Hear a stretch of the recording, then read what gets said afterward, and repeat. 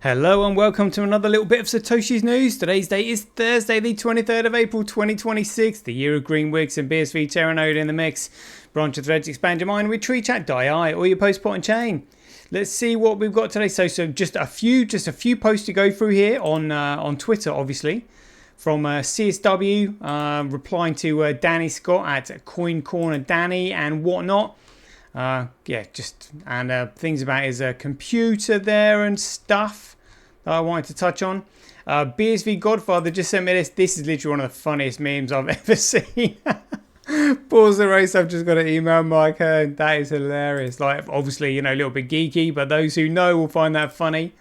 There's quite a lot on 365 days of Bitcoin today. It's a biggie one. Today was when CSW emailed Mark Hearn. He said, I've moved on to other things. Oh, yeah. We'll have a quick look at the figures, see what's up with what is going down. And then we'll finish with the Canishville countdown. Right, let's get into it. Craig says he's Satoshi, like a cowboy in the West, riding on the blockchain that they call the very best. 1 million strong, them transactions flying free. He's acclaiming his legacy, you'll surely see.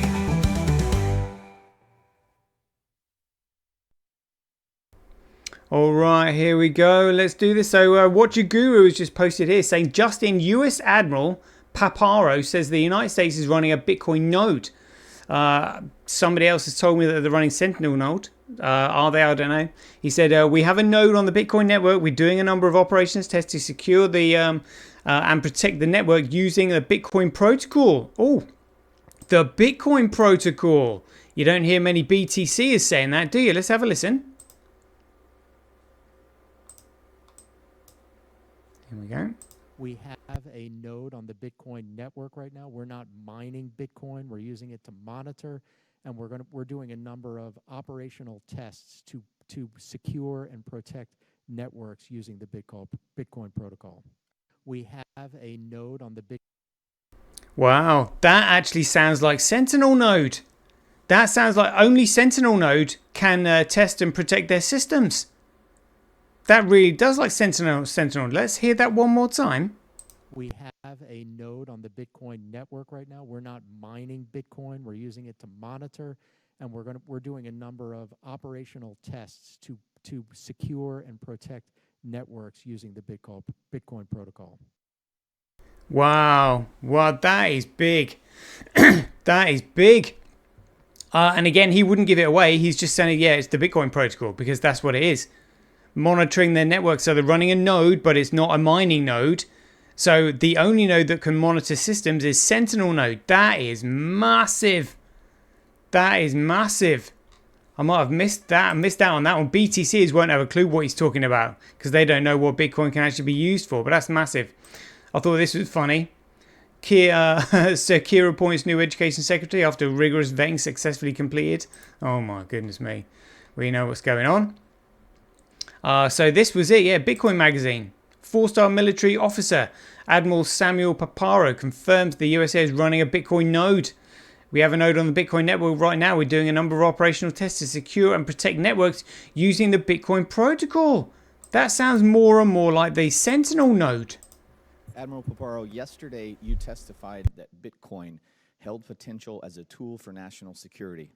Recent research from the Bitcoin Policy Institute estimates China has approximately 194,000 Bitcoins, while the United States has approximately 328,000 Bitcoins. In this era of digital competition, would it be to our strategic advantage to maintain a lead in this regard as we do with other strategic resources like gold and oil? Sir, our interest in Bitcoin is as a tool of cryptography, a blockchain, and reusable proof of work as an additional tool to secure networks and to project power. And so I think this protocol is here to stay. I think the computer science of it has direct implications for the projection of power, not financial, but from a computer science standpoint, from the securing of networks. And so I am supportive of those applications. All instruments of national power are important, but from the military application standpoint, my interest in Bitcoin is as a computer science tool as projection of power. I appreciate that. I agree with you. And I'd also like to hear your thoughts on monetary competition over the coming decades. What role does Bitcoin play in spreading digital property rights? Well, people use Bitcoin today, right now, to protect their own intellectual property. And that's the reusable proof of work protocol that's combined with blockchain for accountability and cryptography for security. And so that's the role that I see for it.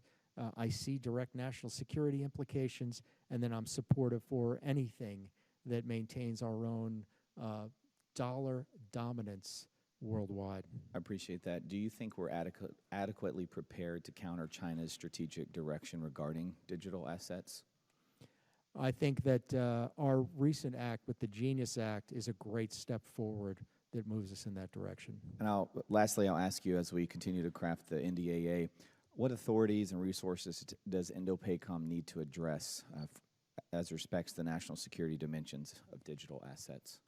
Presently, we're in experimentation, so I'll give you a deeper look into that. Presently, we have a node on the Bitcoin network right now. We're not mining Bitcoin. We're using it to monitor, and we're doing a number of operational tests to secure and protect networks using the Bitcoin protocol.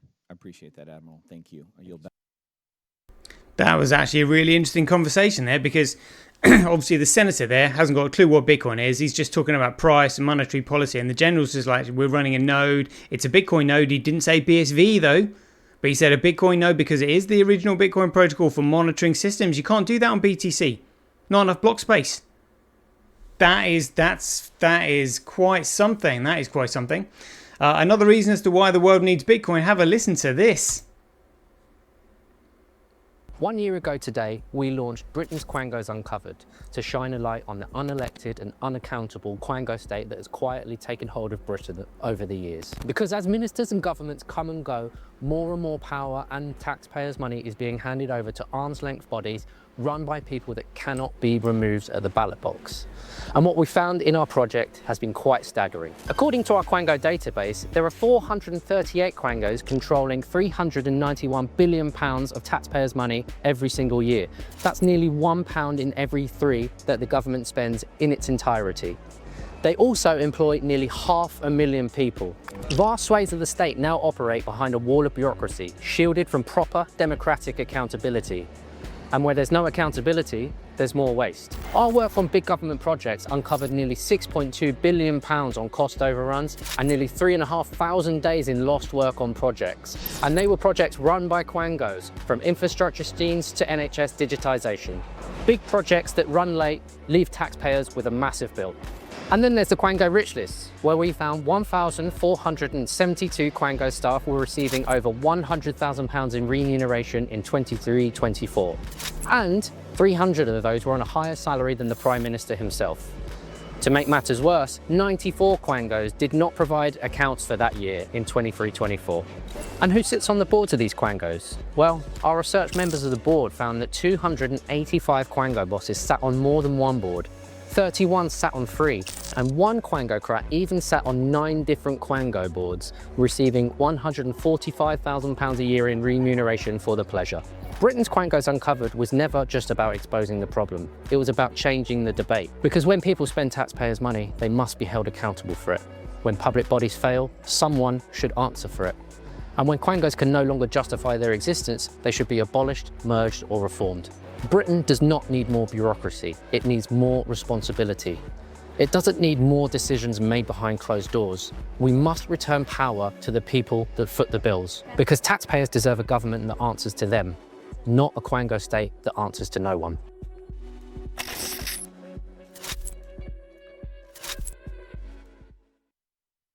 Wow, and that is exactly why the world needs Bitcoin, to hold everybody accountable. But I mean, that's basically all the deep state boys all in there, in these unelected, unaccountable jobs. That is outrageous, absolutely outrageous.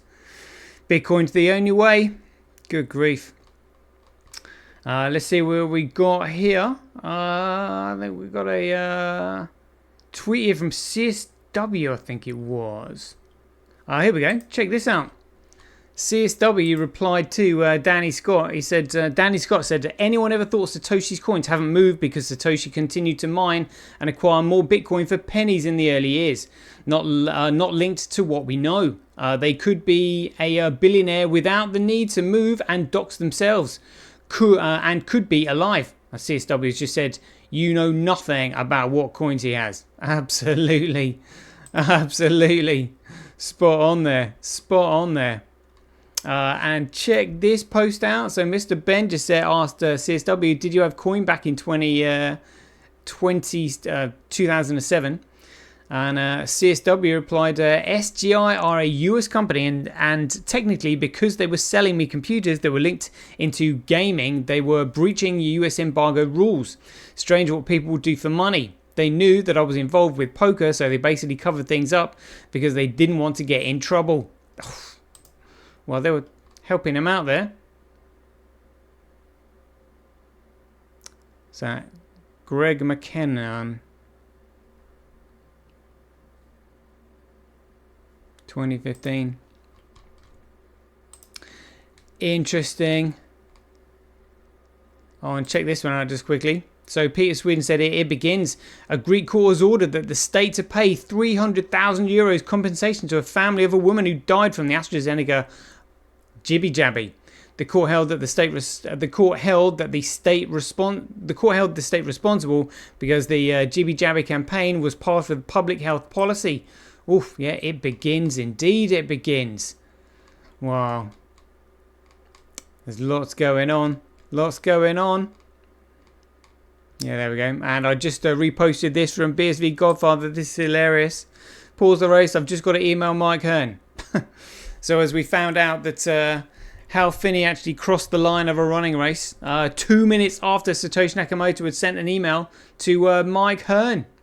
So he was actually running in the race before he'd finished. Can't be sending an email while you're doing that. No way, mate. No way, mate. But yeah, brilliant. Right, 365 days of Bitcoin history. So with the 23rd of April, so it was on this date, on the 23rd of April 2011, that Satoshi's final email to Mike Hearn, where he said, "I've moved on to other things. It's in good hands with Gavin and everyone."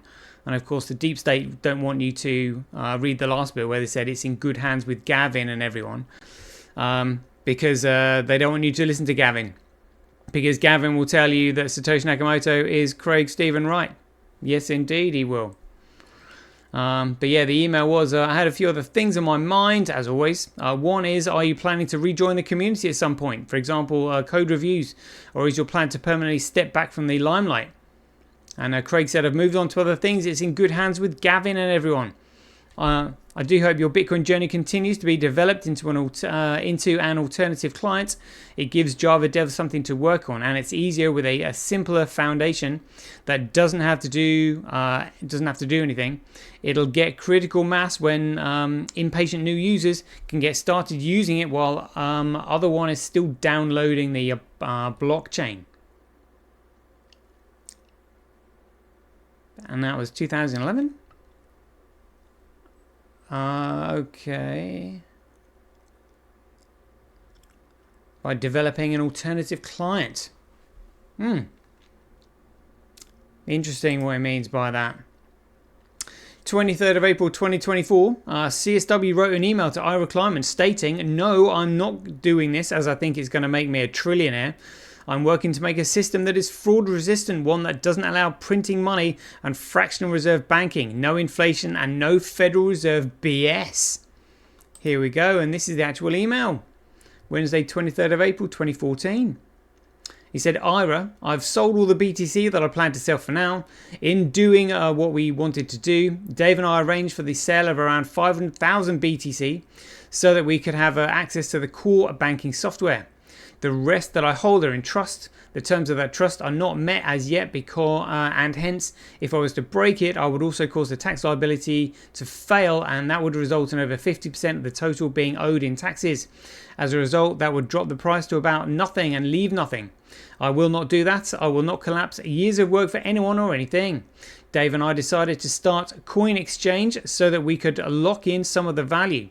When we started planning this, it was late 2012. We locked in the value of the software based on the price of BTC then, which was less than now. And if it was a year later, we would have, which was less than now. And if it was a year later, we would have been smarter. But we took the option to cash out. That was Dave. If we had waited even 3 months, the value would have been 5 times more. No, I'm not doing this as I think it's going to make me a trillionaire. I'm working to make a system that is fraud resistant, one that does not allow printing of money and fractional reserve banking, no inflation and no Federal Reserve BS.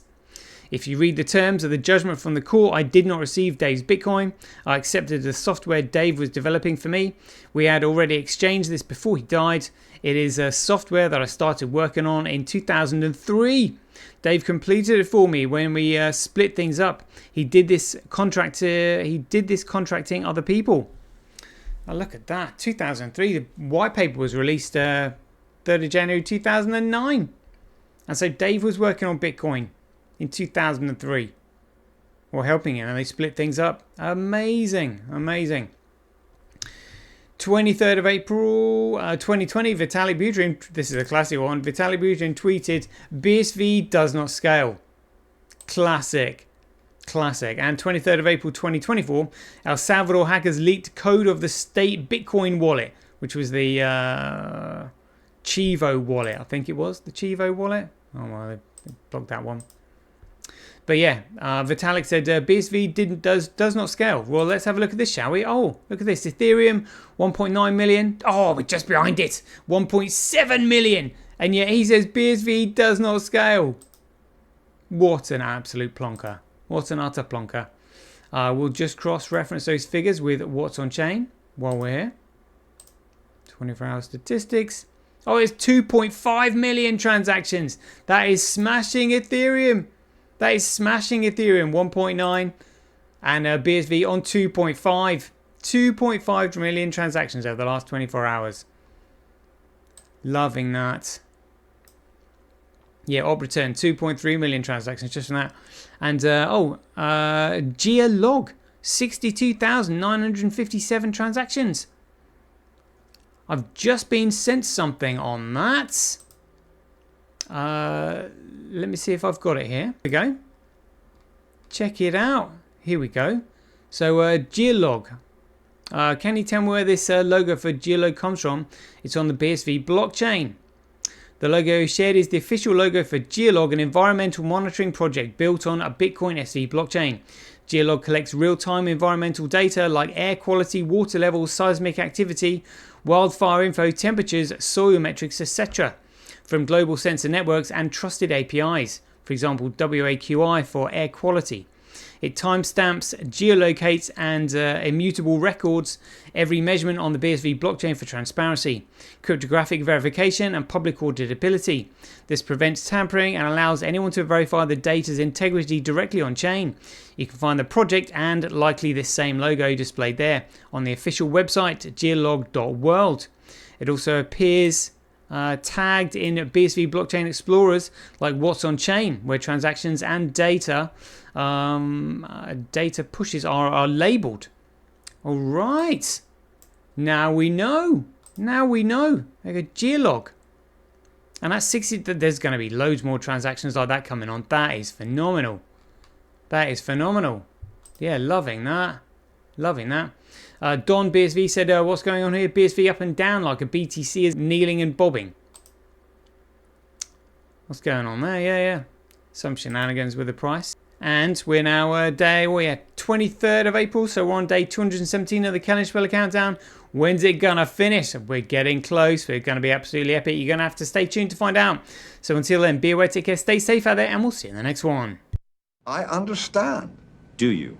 Do you? This is it. I'm telling you, this is it. The king still has one more move.